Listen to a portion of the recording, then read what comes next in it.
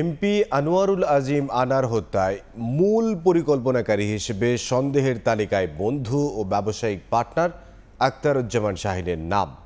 ভারতের যে বাসা থেকে রক্তমাখা কাপড় উদ্ধার হয়েছিল সেটিও ভাড়া নেওয়া হয় তার নামে।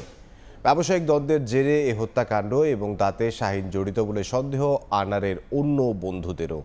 সিসিটিভির ফুটেজ বিশ্লেষণ ও জিজ্ঞাসাবাদে এমন তথ্য পেয়েছে দুই দেশের গোয়েন্দারাও। এদিকে রাজনৈতিক কারণ নিয়ে দিনভর যে আলোচনা, তার সঙ্গে দ্বিমত স্থানীয় নেতাদের।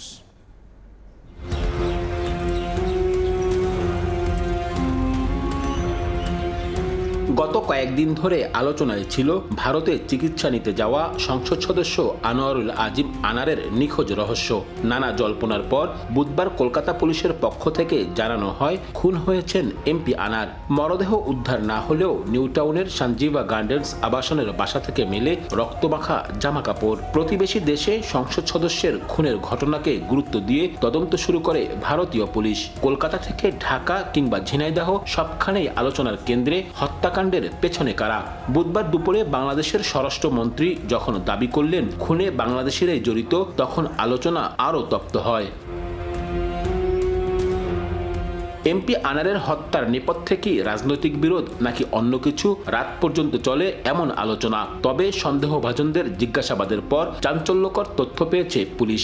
গোয়েন্দা সূত্র বলছে ব্যবসায়িক দ্বন্দ্বে হত্যার পরিকল্পনা করে যুক্তরাষ্ট্রের নাগরিক আখতারুজ্জামান শাহীন, যিনি আনারের বাল্যবন্ধু ও ব্যবসায়িক পার্টনার। পরিস্থিতি বিবেচনায় নিয়ে তাকে সন্দেহ করছেন আরেক বন্ধু ও শ্রমিক নেতা গোলাম রসুল। তার সাথে কথাবার্তা আসা যাওয়া হয় এতটুকু জানি। শাহীনের কাছে সে 5 কোটি টাকা পাবে হাওলাত দিছিল। আখতারুজ্জামান শাহীন, তার নামেই বাসাটা ভাড়া নেওয়া হয়েছে। আবার ব্যবসায়িক যদি ওই শাহীনের সাথে তার দ্বন্দ্ব হয়ে থাকে, যদি থেকে থাকে এবং শাহীনের সাথে যদি জড়িয়ে থাকে, তবে সেটাও হতে পারে, যেহেতু শাহীন তাতে উপস্থিত।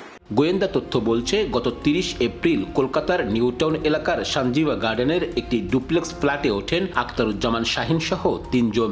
সেখানে বসে এমপি আনারকে হত্যার পরিকল্পনা করা হয়।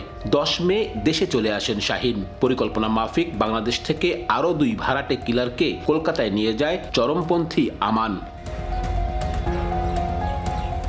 জানা গেছে 12 মে চিকিৎসার জন্য দর্শনা সীমান্ত দিয়ে কলকাতায় যান ঝিনাইদহ 4 আসনের সংসদ সদস্য আনোয়ারুল আজিম। প্রথম দিন তিনি বন্ধু গোপালের বাসায় থাকেন। পরদিন 13 মে কৌশলে এমপি আনারকে নিউ টাউনের সেই ফ্ল্যাটে ডেকে নিয়ে যায় হত্যাকারীরা। সিসিটিভি ফুটেজে দেখা গেছে এমপি আনারকে সঞ্জীবা গার্ডেন্সের যে ফ্ল্যাটে হত্যা করা হয় সেখানে তিনি ছাড়াও আরো 3 জন ঢুকেছিলেন। এই 3 জনকে আবার প্রায় 2.5 ঘন্টা পর বেরিয়েও যেতে দেখা যায়। এছাড়া ওই ফ্ল্যাটে ঢোকার জন্য তড়িঘড়ি করে একটি গাড়িও কয়েকবার আসা যাওয়া করে। লাল রঙের গাড়িটি জব্দ করেছে দেশটির পুলিশ। গোয়েন্দা সূত্রের দাবি, চাপাতির মুখে আনারকে জিম্মি করে আমান, তার সহযোগী ফয়সাল, মুস্তাফিজ, সিয়াম ও জিহাদ। এক পর্যায়ে তাকে বালিশ চাপা দিয়ে হত্যা করে। এরপর শাহীনের পরামর্শ মতো লাশ গুম করতে এমপি আনারকে কেটে টুকরো টুকরো করা হয়। 2টি ট্রলি ব্যাগে ভরে তা অজ্ঞাত স্থানে নিয়ে যায় হত্যাকাণ্ডের সহযোগীরা। এছাড়া অবস্থান শনাক্তে পুলিশকে বিভ্রান্ত করতে আনারের ব্যবহৃত 2টি মোবাইল ফোন নিয়ে ভারতের বিভিন্ন স্থানে যায় আমানের 2 সহযোগী। হত্যাকাণ্ডে এক নারীও জড়িত বলে তথ্য পেয়েছে পুলিশ। তবে আমান ও তার সহযোগীরা কত টাকার চুক্তিতে এমপি আনারকে কিলিং মিশনে অংশ নিয়েছে তাও খতিয়ে দেখছে 2 দেশের তদন্ত ও গোয়েন্দা সংস্থা।